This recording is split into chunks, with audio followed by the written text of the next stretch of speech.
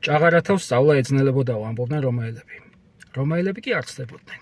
უბრალოდ კარგ მთქმელს კარგი გამგონე უნდა, იმიტომ რომ აქ არც ასაკზეა საუბარი და არც წიგნის კითხვაზე. აქ საუბარი არის მიიმღებლობაზე. თუ ჩვენ როგორ აღვიქვამთ და ვიღებთ ამა თუ იმ მოვლენას.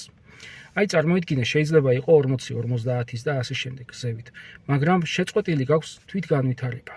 იმიტომ რომ ფიქრობ, მე ყველაფერი ვნახე. მე ყველაფერი ვიცი.